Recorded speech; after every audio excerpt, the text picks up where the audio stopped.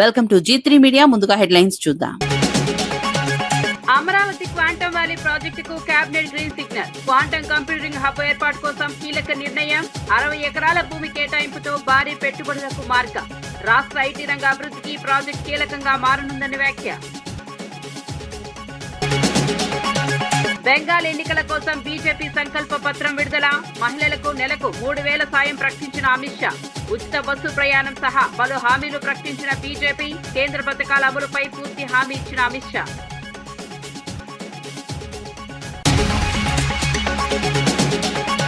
షర్మిలపై రాజమల్లు తీవ్ర విమర్శలు. జగన్ పై విమర్శలు చేయడం వెనుక రాజకీయ లాభాల ఆరోపణ. కూటమి ప్రభుత్వాన్ని కాపాడేందుకే కాంగ్రెస్ లో చేరారని వ్యాఖ్య. వ్యక్తిగత ప్రయోజనాల కోసం నిర్ణయాలు తీసుకున్నారని విమర్శ.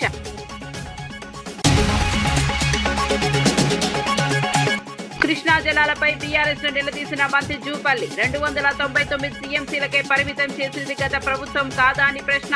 హక్కులను తాకట్టు పెట్టి ఇప్పుడు విమర్శలు చేస్తున్నారని ఆరోపణ. నీటి వనరులపై బాధ్యతాయుత నిర్ణయాలు అవసరమని సూచన. రాజకీయాల్లో కీలక పరిణామం చోటు చేసుకుంది. మాజీ మంత్రి జీవన్ రెడ్డి బీఆర్ఎస్ జిల్లా అధ్యక్షుడు విద్యాసాగర్ రావుతో కలిసి ఎర్రవేరిలోని కేసీఆర్ ఫామ్ హౌస్ కు వెళ్లడం ప్రాధాన్యత సంతరించుకుంది. కేసీఆర్ స్వయంగా లంచ్ కు ఆహ్వానించడం ఈ భేటీకి మరింత ప్రాముఖ్యత తీసుకొచ్చింది. ఇటీవల కేటీఆర్ కూడా జీవన్ రెడ్డిని కలవడంతో ఆయన బీఆర్ఎస్ లో చేరే అవకాశాలు ఉన్నాయనే ప్రచారం జరుగుతోంది.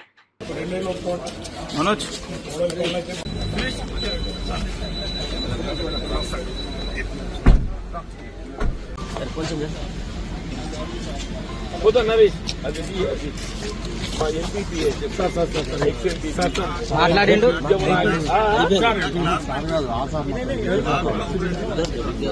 ఆయనకి ఏం తెలియదు. రాజకీయాలు ఏమైనా పట్టుకొచ్చినట్టే నన్ను. అవునే నరేష్.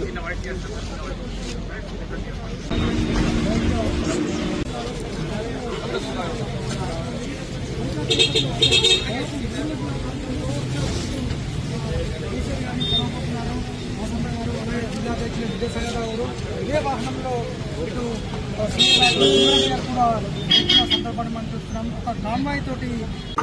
పెద్దలు, గౌరవనీయులు, సీనియర్ నాయకులు, తెలంగాణలో ఒక సీనియర్ నాయకునిగా పేరు పొంది ప్రజల మధ్య నుండి ప్రజలతోని ఎన్నోసార్లు ఎన్నుకోబడ్డ గౌరవనీయులు పెద్దలు జీవన్ రెడ్డి గారిని నిన్ననే టీఆర్ఎస్ వర్కింగ్ ప్రెసిడెంట్ కేటీఆర్ గారు వచ్చి సాధారణంగా ఆహ్వానం పలకడం జరిగింది. పార్టీలకు రమ్మని చెప్పి. అంటే మేము వేరే పార్టీ అయినా ఏ పార్టీలో అన్యాయం జరుగుతుంటే కూడా బాధ అనిపిస్తుంటుంది. కాంగ్రెస్ పార్టీని ఎన్నోసార్లు కేసీఆర్ స్వయాన మాట్లాడి తెలంగాణ రాకముందు నుంచి కూడా మీరు వస్తే తెలంగాణకు బలం ఉంటుందని చెప్పి మాట్లాడితే కూడా తను ఒక నిబద్ధతతోని కాంగ్రెస్ పార్టీలో ఉన్న వ్యక్తికి అన్యాయం జరుగుతుంటే మేము కూడా బాధ అనిపించింది. ఎందుకంటే దేంట్లో కూడా ఒక పెద్ద మనిషి అన్న వయసు చూడకుండా కూడా ఒక సీనియర్ నాయకునిగా నిన్న మొన్న దొంగలకు నచ్చిన అవకాశం ఇచ్చుకుంటే కాంగ్రెస్ పార్టీ కూడా తనకు అన్యాయం బాగా చేసింది కనుక మనసు బాధతో, ఎందుకంటే తను అప్పుడప్పుడు మాట్లాడుతుంటే తన అన్ని రోజు వాట్సాప్లను చూస్తా బాధపడుతుంటే ఎంతో బాధతో ఆవేదనతో నేను ఇన్ని రోజుల నుంచి ఉంటే ఇది నాకు వచ్చిన గౌరవం అని చెప్పి బాధపడుతుంటే మేము అందరం కూడా బాధపడ్డాం. అదేవిధంగా నిన్న కేటీఆర్ గారు ఆహ్వానం, కేసీఆర్ గారితో మాట్లాడి కేటీఆర్ గారు వచ్చి ఆహ్వానించగానే వారు కూడా తప్పగా నేను ఇలా తెలంగాణ కోసం ఇలా కేసీఆర్ ఎంతో చేశారు కనుక నేను కూడా అలా వంతు నా షేర్ జీవితం కేసీఆర్తో కలిసి పనిచేసి తెలంగాణకి ఇంకా ఏ అవసరాలున్నా తీర్చడానికి కోసం వస్తున్నందుకు వారికి మేము చేతులెత్తి నమస్కారం చేస్తుంటే నాకు మొదటి నుంచి కూడా గురువుగా తను. ఎందుకంటే నేను పార్టీ రాజకీయం లేకపోయిన నుంచి కూడా నాకు గురువుగా, నాకు ఏ పని ఉన్నా నేను ఏదున్నా ఏ పార్టీలు ఉన్నా నేను వచ్చి పని చెప్తే ఏ పని అయినా చేసి పెట్టిన గురువుగా ఆయన వస్తున్నందుకు మేము అందరం స్వాగతం పలుకుతున్నాం. ఇవాళ కేసీఆర్ గారి దగ్గర అన్నను తీసుకొని పోయి ఇద్దరు కలిసి మాట్లాడదామని చెప్పి ఇద్దరు వాళ్ళ పాత అనుభవాలన్నీ కూడా చేసుకొని ఇద్దరు కలిసి పనిచేయడానికి కోసం సిద్ధమవుతుంది కనుక వారిని ఆహ్వానిస్తేందుకోసం తీసుకుపోవడానికి కోసం ఇక్కడికి వచ్చినాం. బీజేపీ నేత అరవింద్ వ్యాఖ్యలపై తెలంగాణ జాగృతి అధ్యక్షురాలు కవిత తీవ్రంగా స్పందించారు. అరవింద్ మాటల్లో స్పష్టత లేదని విమర్శించారు. తెలంగాణ మహిళలు స్వయంగా ప్రతిపత్తి కలిగిన వారిని స్పష్టం చేశారు. ఎవరో మద్దతు ఇస్తేనే గెలుస్తామనడం ఆయన అహంకారానికి నిదర్శనమన్నారు. తన ఎదుగుదల వెనుక ప్రజల పోరాటాలు ఉన్నాయని గుర్తు చేశారు. మరోసారి ఇలాంటి వ్యాఖ్యలు చేస్తే తీవ్ర పరిణామాలు ఉంటాయని హెచ్చరించారు. 2017-18 నుంచి డేటా ఉంది. 2017-18 నుంచి మొన్న 2021-22 వరకు బీఆర్ఎస్ హయాంలో 485 కోట్ల రూపాయల వర్క్స్ నామినేషన్ కింద ఇచ్చారు. అంటే ఏం లేదు, వాళ్ళు ఎవ్వరు కూడా మళ్ళీ సర్టిఫైడ్ కాంట్రాక్టర్స్ కాదు, మొత్తం ఆ 17 నుంచి ఇప్పటి వరకు ఇచ్చిన వాళ్ళు కూడా అదే ఒరవడిని కొనసాగిస్తూ ఇప్పుడు వచ్చినటువంటి రేవంత్ రెడ్డి గారు కూడా 2 సంవత్సరాల్లో 1148 కోట్ల రూపాయలను నామినేషన్ బేసిస్ మీద ఇచ్చేసారు. అది నేను చెప్తాను, ముఖ్యమంత్రి గారు స్వయంగా చెప్పిందే. నేను 1148 కోట్లు ఖర్చు పెట్టినా అని చెప్పి ఈ ఈకో పార్క్ ఓపెన్ చేశారు, ఆయనే చెప్పింది. ఈ మొత్తం 1148 క్రోర్స్ కూడా కంప్లీట్గా నామినేషన్ మీద ఇచ్చారు. This is against Telangana state financial code section 173. Telangana state financial code అని ఉంటుంది, దానికి అగేన్స్ట్ ఇది. ఇట్లా నామినేషన్ పద్ధతిని ఇవ్వడానికి లేదు. 2023లో ఒక కమిటీ వేసిన ఆఫీసర్స్ కమిటీ అందరినీ కూడా విచారణ చేసి జరుగుతున్నటువంటి అవినీతి కానీ నామినేషన్ కానీ పద్ధతులన్నీ చూసి 2023లో ఆఫీసర్స్ కమిటీ ఒక రికమెండేషన్ ఇచ్చింది. టెండర్ వేయకుండా ఇట్లా ఇవ్వడానికి లేదు, నామినేషన్ బేసిస్ మీద ఇవ్వద్దు అని చెప్పి ఆఫీసర్స్ కమిటీ డైరెక్ట్గా రిపోర్ట్ ఇచ్చింది. ఇంతవరకు ముఖ్యమంత్రి గారు ఆ రిపోర్టుని పట్టించుకోకుండా దాదాపు 1148 కోట్ల రూపాయలను నామినేషన్ పద్ధతిలో ఇవ్వడాన్ని మేము తీవ్రంగా ఖండిస్తూ ఉన్నాం. ఖచ్చితంగా ఇది ముఖ్యమంత్రి గారి డిపార్ట్మెంటు, వారి స్వీయ పర్యవేక్షణలో ఉండేటటువంటి డిపార్ట్మెంట్ కాబట్టి ఇన్ని 100 కోట్ల రూపాయల ప్రజాధనాన్ని ఇట్లా దుర్వినియోగం చేయడం కరెక్ట్ కాదు. ఖచ్చితంగా టెండర్ సిస్టమ్ దాంట్లో ఇంట్రడ్యూస్ చేయాలని నేను కోరుతా ఉన్నాను. మాజీ మంత్రి హరీష్ రావు మంత్రి పొంగులేటి కుటుంబంపై తీవ్ర ఆరోపణలు చేశారు. కాంగ్రెస్ ప్రభుత్వం వచ్చిన వెంటనే భూ కబ్జాలు ప్రారంభమయ్యాయని అన్నారు. నాదల్గూర్ ప్రాంతంలో మంత్రి కుమారుడు ఫెన్సింగ్ వేసి భూమిని ఆక్రమించారని ఆరోపించారు. కేసీఆర్ పాలనలో ఈ భూములు సురక్షితంగా ఉన్నాయని పేర్కొన్నారు. ప్రభుత్వం మారిన వెంటనే పరిస్థితులు మారిపోయాయని విమర్శించారు. భూ కబ్జాలపై ప్రభుత్వం స్పష్టత ఇవ్వాలని డిమాండ్ చేశారు. ఇది 13 డిసెంబర్ 2023. తర్వాత 31 మార్చ్ 2026 ఇందులో ఏముంది? This land belongs to MEIL and Shilpa infra. MEIL and Shilpa infra. ఇటు పక్కన ఏమున్నది? Development by MEIL and Shilpa infra. Property belongs to Kohinoor group. Development ఎవరు చేస్తుండ్రు? MEIL and Shilpa infra. Shilpa infra ఎవరిది? శిల్పా ఇన్ఫ్రా ఎవరిది? పొంగులేటి శ్రీనివాసరెడ్డి కొడుకుది. శిల్పా ఇన్ఫ్రా ఎవరిది? రాష్ట్ర రెవెన్యూ మంత్రి పొంగులేటి శ్రీనివాసరెడ్డి కొడుకు గారు డైరెక్టర్గా ఉన్న కంపెనీ. ఇది ఎప్పుడు పెట్టినరు? 30 మార్చ్ 2026. కరెక్ట్గా అదే టైంలో మేము మైనింగ్ స్కామ్ అసెంబ్లీలో తీసినాం 28 తారీఖు. ఏమనుకున్నారో ఏందో మళ్ళా ఇగో 2 తారీఖు నాడు మలిపేసిండ్రు. 2 ఏప్రిల్ 2026. ఇదేమో 31 మార్చ్, ఇది 2 తారీఖు, అంటే తెల్లారలేదు మర్నాడు. 31 నాడేమో ఈ భూమి శిల్పా ఇన్ఫ్రాద్ అన్నారు. 2 తారీఖు ఏం చేసిండ్రు? దానికి మళ్ళీ తెల్లటి పెయింట్ కొట్టిరు. పేరు కనబడితే మళ్ళీ ఏమవుతుందో బయటకు వస్తుందేమో అనుకున్నారేమో.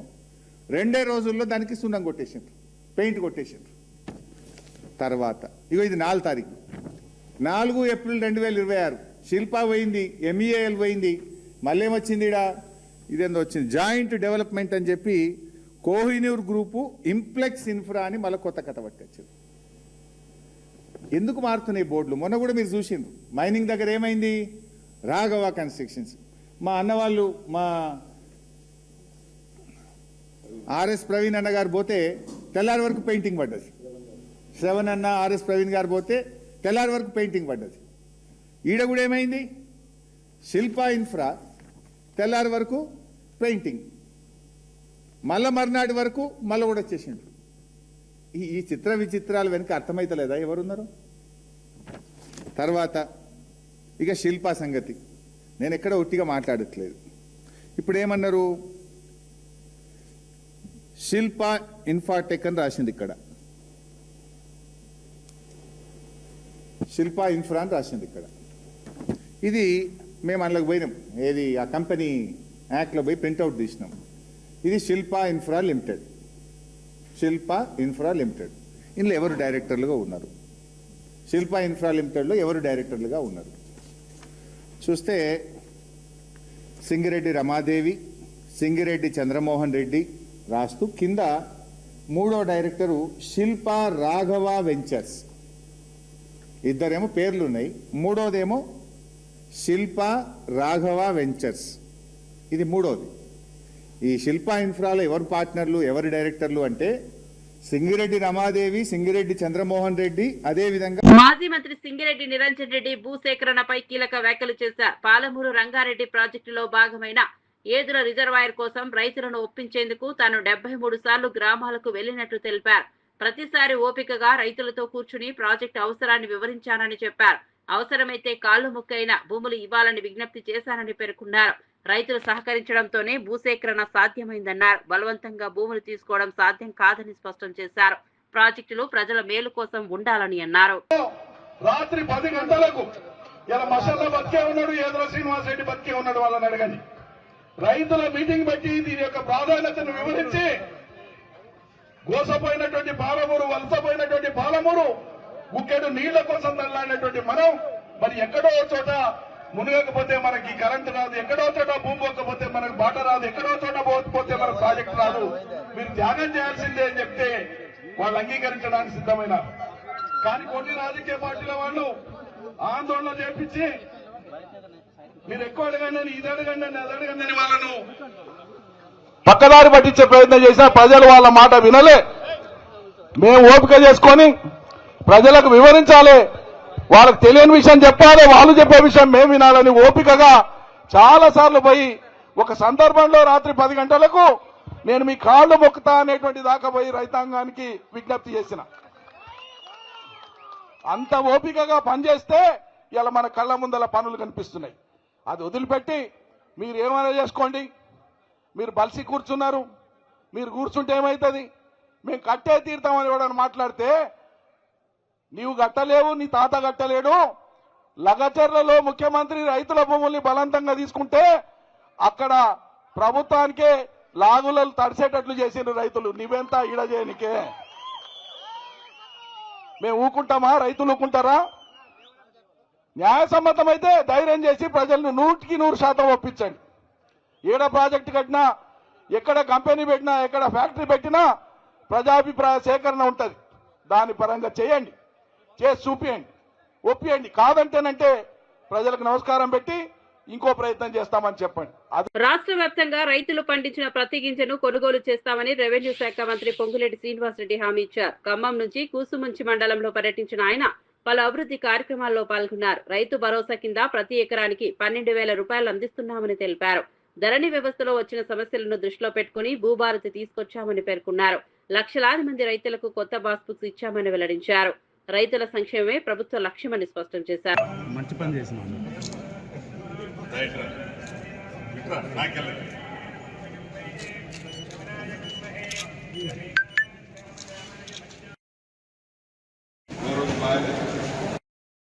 దృష్టిలో పెట్టుకుని తమరు కొద్దిగా పెద్ద మనసు చేసి చేగమట్టు కొండాపురం రోడ్డుని తక్షణమే కంప్లీట్ చేయాల్సిందిగా మిమ్మల్ని పదే ప్రాధాన్యపడుతున్నాం సార్. ఈ సమావేశాన్ని ఉద్దేశించి మన జిల్లా కలెక్టర్ గారు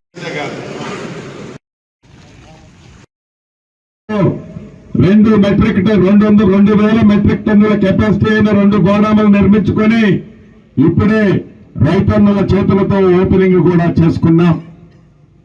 అంతేకాదు ఈ రాష్ట్రంలో ఎక్కడా లేని విధంగా మన నియోజకవర్గంలోనే ఈ గిడ్డంగుల సంస్థ నుంచి ఒక కోల్డ్ స్టోరేజీకి సంబంధించింది కూడా శంకుస్థాపన చేసుకున్నాం.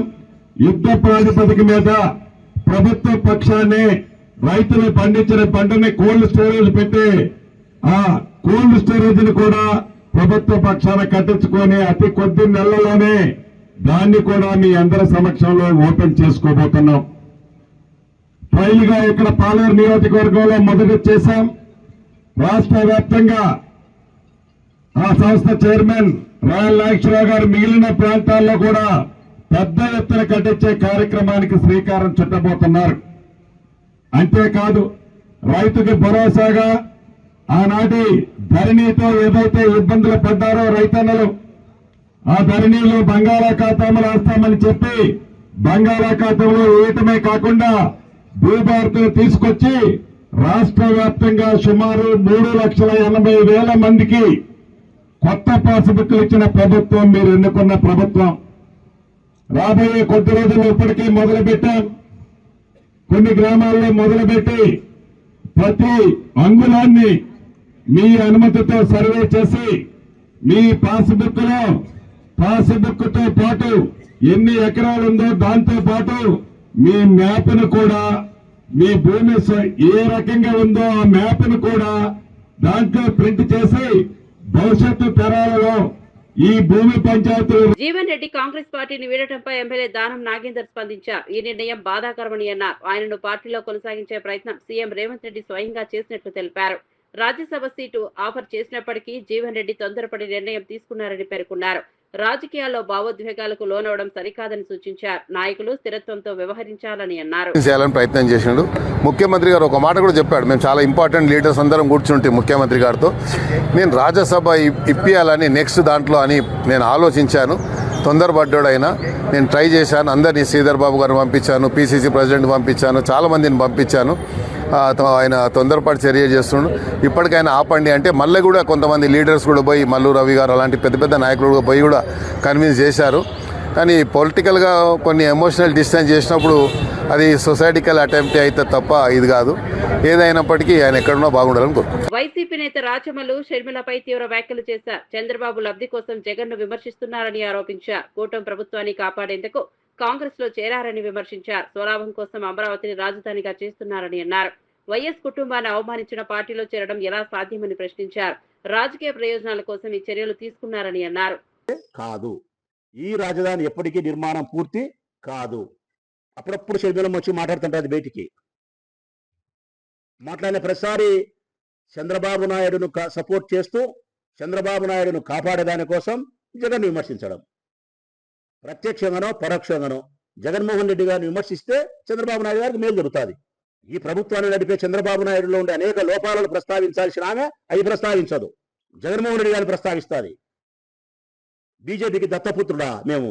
జగన్మోహన్ రెడ్డి గారు బీజేపీకి జగన్మోహన్ రెడ్డి గారు దత్తపుత్రుడైతే నిన్న ఎన్నికల్లో మేము ఓడిపోతామమ్మా. బీజేపీ మాతో పొత్తు పెట్టుకునే దానికి చేయి ఆపింది. 2 హస్తాలు దాచి కౌగిలించుకునే దానికి పిలిచినారు. ఆలింగనం చేసుకుంటాం ప్రేమపూర్వకంగా జగన్మోహన్ రెడ్డి గారిని తిరస్కరించినాడు ఆయన. నేను ఒక్కనే పోటీ చేస్తా, సింగిల్ గానే నేను పోటీ చేస్తా. నా రాజకీయ పార్టీని మరొక పార్టీతో మరొక జెండాతో నా జెండాను జత కట్టనని చెప్పినాడు. ఇదే నీ నోటితోనే ఒకప్పుడు ఏం చెప్పినావు? స్వర్గీయ నీ తండ్రి వైఎస్ రాజశేఖర రెడ్డి గారి మరణం వెనక నాకు అనుమానం ఉంది, కాంగ్రెస్ పార్టీ వారే చంపినారు అని చెప్పి మాట్లాడినావు. నీ తల్లిని, నీ అన్నను సోనియా గాంధీ ఢిల్లీకి పిలిపించుకొని నియంత్రితపు ఆలోచనలు వాళ్ళ మీద రుద్దే ప్రయత్నం చేసింది.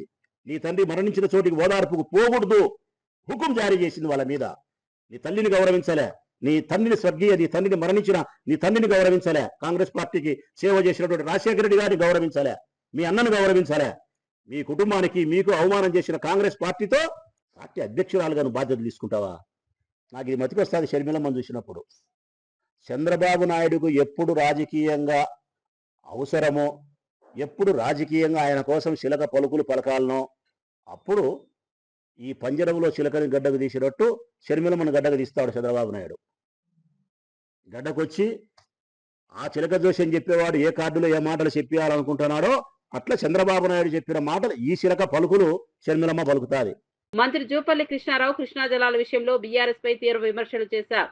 ఉమ్మడి రాష్ట్రాలకు 811 టీఎంసీల వాటా ఉండగా తెలంగాణకు కేవలం 299 టీఎంసీలకే పరిమితం చేసేలా సంతకాలు పెట్టింది గత ప్రభుత్వం కాదా అని ప్రశ్నించారు.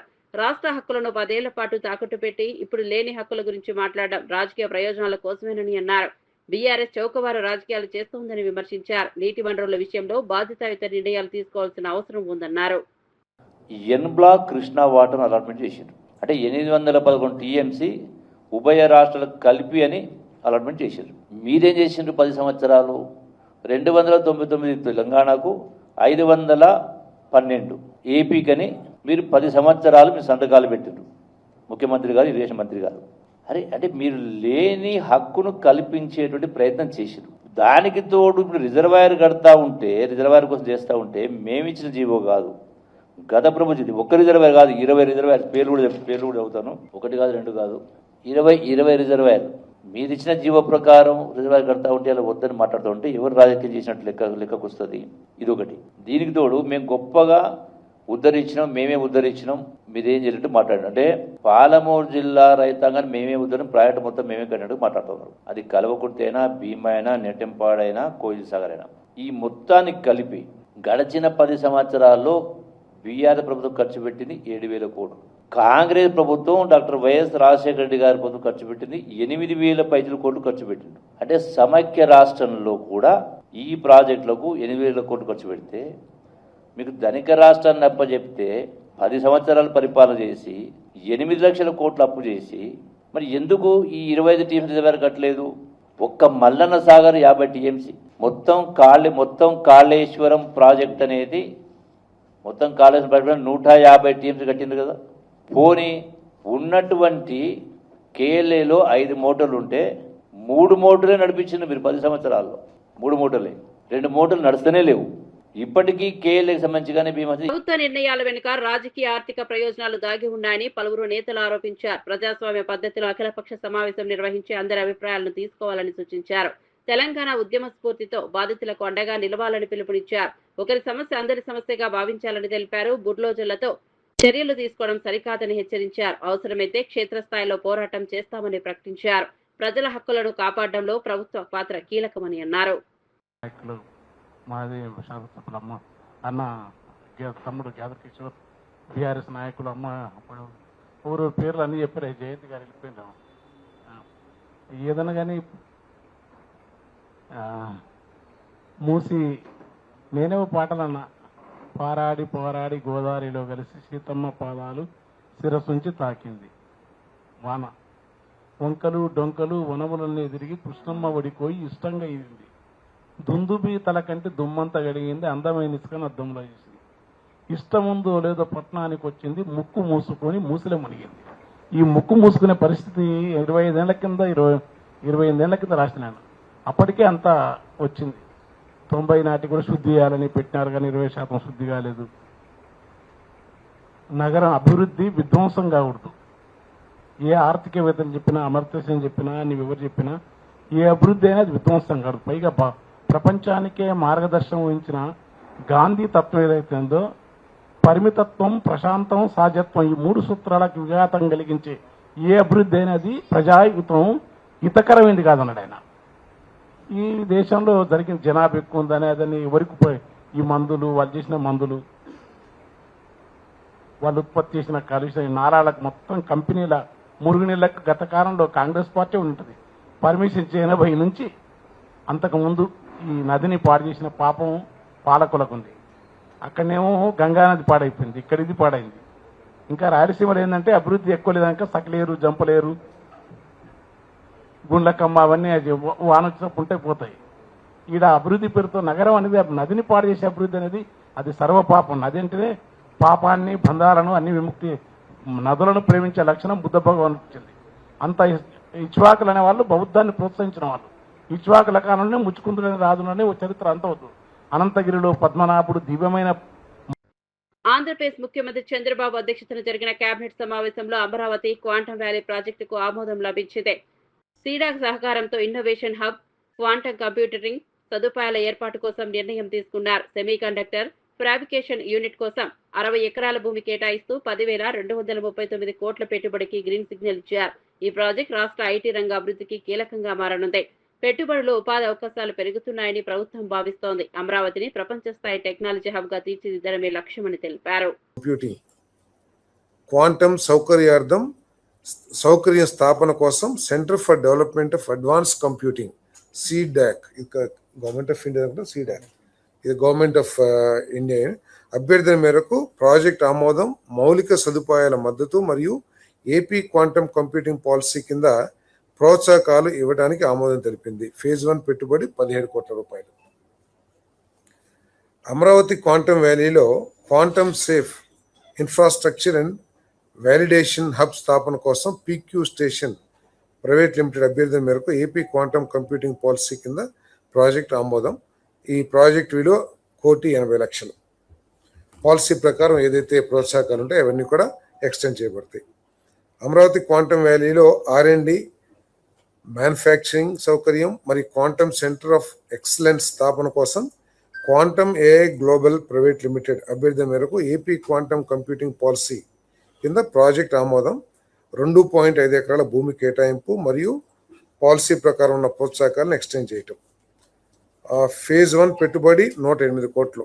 ఇక్కడ మనం గమనించాల్సింది ఏంటంటే ప్రపంచంలో ఎక్కడ క్వాంటమ్ కేవలం 3-4 దేశాల్లోనే క్వాంటమ్ కంప్యూటర్ కానీ క్వాంటమ్ టెక్నాలజీస్ కానీ డెవలప్ అయి ఉంటే మన ఆంధ్రప్రదేశ్ కూటమి ప్రభుత్వం పాలనలో క్వాంటమ్ కంప్యూటర్ రాబోతుంది. క్వాంటమ్ కంప్యూటర్ కాంపోనెంట్స్ మ్యానుఫ్యాక్చరింగ్కి అడుగులు పడ్డాయి. అదేవిధంగా క్వాంటమ్ కంప్యూటర్ మీద ట్రైనింగ్ ఇవ్వడానికి కూడా ఇన్స్టిట్యూషన్స్ కూడా రావటం. ఇది దేశంలో నెంబర్ 1.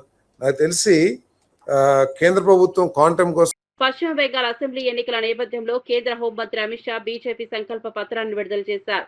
టీఎంసీ పాలనలో రాష్ట్రం వెనుకబడి ఉందని విమర్శించారు. మహిళలకు నెలకు 3,000 రూపాయల ఆర్థిక సాయం, ఉచిత బస్సు ప్రయాణం వంటి హామీలు ప్రకటించారు. కేంద్ర పథకాలను పూర్తిగా అమలు చేస్తామని హామీ ఇచ్చారు. ఆయుష్మాన్ భారత్ వంటి పథకాల ద్వారా పేదల సంక్షేమానికి కృషి చేస్తానని తెలిపారు.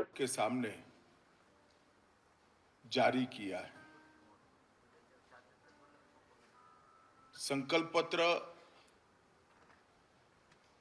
बंगाल के हर तबके में व्याप्त गहरी निराशा से बाहर निकलने का एक मार्ग है.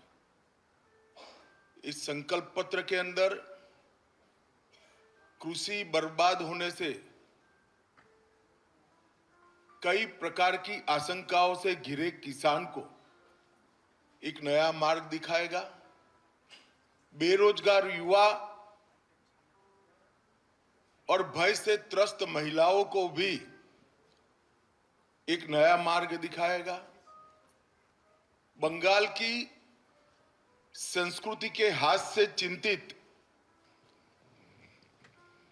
बंगाल संस्कृति के गौरव की ఇక వార్త వివరాల్లోకి వెళ్తే బీఆర్ఎస్ అధినేత కేసీఆర్ ను కలిసిన సందర్భంగా మాజీ మంత్రి జీవన్ రెడ్డి భావోద్వేగ వ్యాఖ్యలు చేశారు. అన్నా, నన్ను దేవుడే మీతో కలిసి పనిచేయమని పంపించాడని చెప్పడం చర్చనీయాంశమైంది. ఎర్రవెల్లి నివాసానికి చేరుకున్న జీవన్ రెడ్డికి కేటీఆర్, మాజీ మంత్రులు, పార్టీ నేతలు ఘన స్వాగతం పలికారు. ఈ భేటీతో ఆయన బీఆర్ఎస్ లో చేరడం ఖాయమన్న ఊహాగానాలు జోరందుకున్నాయి. కాంగ్రెస్ నుంచి బయటకు వచ్చిన తర్వాత తీసుకున్న ఈ నిర్ణయం రాష్ట్ర రాజకీయాల్లో కీలక మలుపు తీసుకురానుందని విశ్లేషకులు భావిస్తున్నారు. నాయకుల మధ్య చర్చలు వేగంగా జరుగుతున్నాయి.